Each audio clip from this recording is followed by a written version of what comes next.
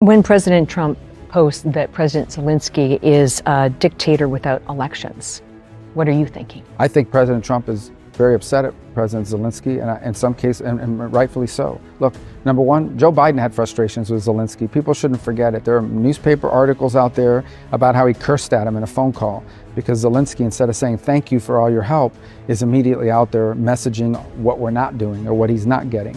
I think the second thing is, frankly, I was personally very upset because we had a conversation with President Zelensky, the Vice President and I, the three of us.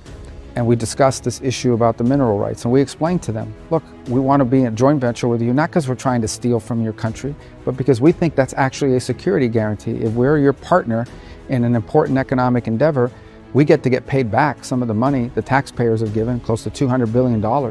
And it also, now we have a vested interest in the security of Ukraine. And he said, sure, we want to do this deal. It makes all the sense in the world. The only thing is I need to run it through my legislative process. They have to approve it.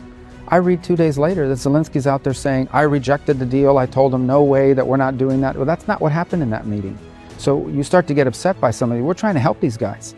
One of the points the president made in his messaging is not that we don't care about Ukraine, but Ukraine is on another continent. You know, it doesn't directly impact the daily lives of Americans. We care about it because it has implications for our allies and ultimately for the world. There should be some level of gratitude here about this. And when you don't see it and you see him out there accusing the president of living in a world of disinformation, that's very counterproductive. And I don't need to explain to you or anybody else, President Trump's not the kind of person that's going to sit there and take that. He's very transparent. He's going to tell you exactly how he feels. And he sent a message that he's not going to get gamed here. He's willing to work on peace because he cares about Ukraine. And he hopes Zelensky will be a partner in that and not someone who's out there putting the sort of counter messaging to try to, hustle us in that regard. That's not going to be productive.